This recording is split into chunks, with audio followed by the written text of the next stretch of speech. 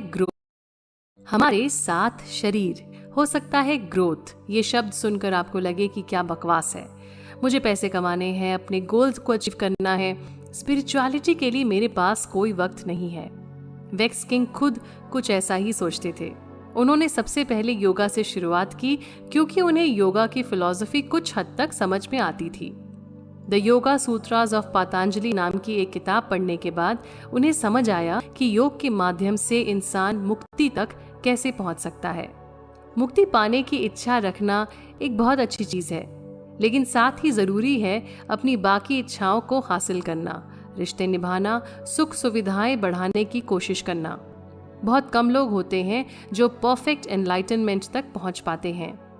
हम चाहें तो अभी इसी वक्त मुक्त होने का एहसास महसूस कर सकते हैं। जो भी चीजें आपको आगे बढ़ने से रोक रही हैं, उन्हें हटाने पर फोकस कीजिए। और योग की किताब पढ़ते हुए वेक्स किंग के साथ कुछ ऐसा ही हुआ। उन्होंने खुद से पूछना शुरू किया कि उन्हें लोगों की बातों से इतना फर्क क्यों पड़ रहा था और उन्हें लोगों के मुताबिक खुद को बदलने की कोई जरूरत नहीं थी। इस किताब को लिखते वक्त वेक्स किंग की इच्छा थी कि वो पूरी दुनिया को उन योगा प्रिंसिपल्स के बारे में बताएं, मगर वो नहीं चाहते थे कि उनके कुछ रीडर्स ज्ञान की बातें देखकर किताब पढ़ना बंद कर दें। इसीलिए उन्होंने फैसला किया कि वो अपनी किताब को रीडर्स के लिए एक अनुभव की तरह बनाएंगे। योग में माना जाता है कि हमारे शरीर के 7 लेयर्स होते हैं। महान गुरु ओशो का भी यही कहना था कि जब तक हम 7 शरीर की देखभाल नहीं करते, हमारा जीवन शांत और खुशहाल नहीं बन पाता। जब 7 शरीर एक दूसरे के साथ हार्मनी में काम करते हैं, तब आपके अंदर ऊर्जा और पॉजिटिविटी भर जाती है। मॉडर्न साइंस या दिमाग के डॉक्टर्स हमारे अंदर क्या चल रहा है या हमारे पूरे शरीर को समझने की कोशिश नहीं कर पाते हैं। दवाइयों से सिर्फ बाहर दिखने वाले सिम्टम्स मिटाए जा सकते हैं, लेकिन उस बीमारी की जड़ आपके अंदर छुपा हुआ ट्रॉमा यानी कि सदमा है।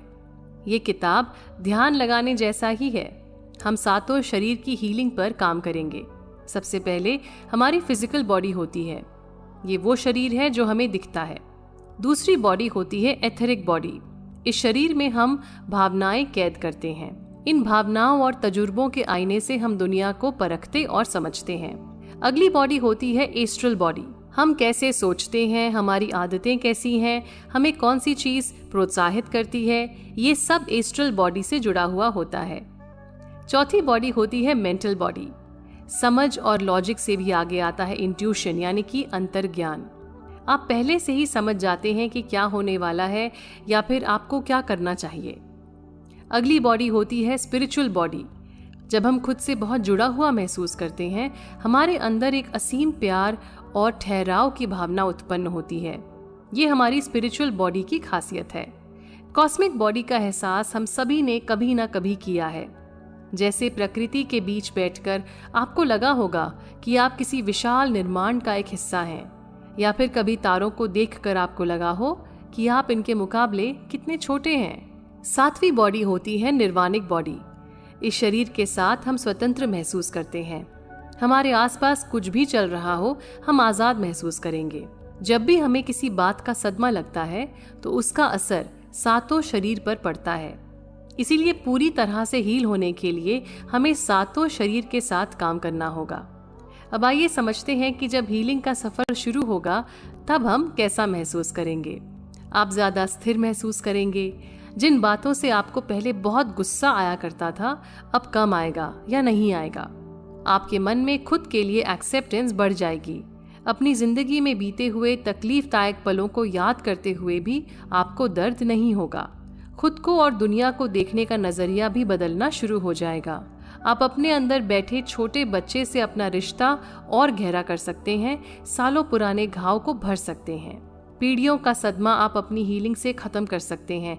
यानी कि जिन चीजों से आपको तकलीफ हुई, उन चीजों से आपकी आने वाली पीढ़ी नहीं गुजरेगी। इस बुक समरी को सुनते वक्त अपने साथ एक कागज और कलम जरूर रखें।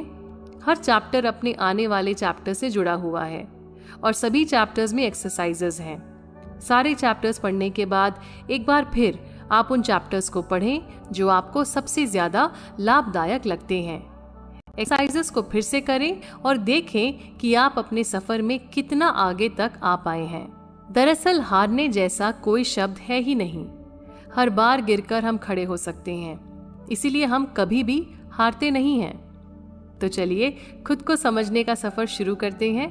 आप सुन रहे हैं वेक्स किंग की लिखी हुई किताब healing is the new high की बुक समरी मेरे यानी नीता के साथ सिर्फ कुकू एफएम पर।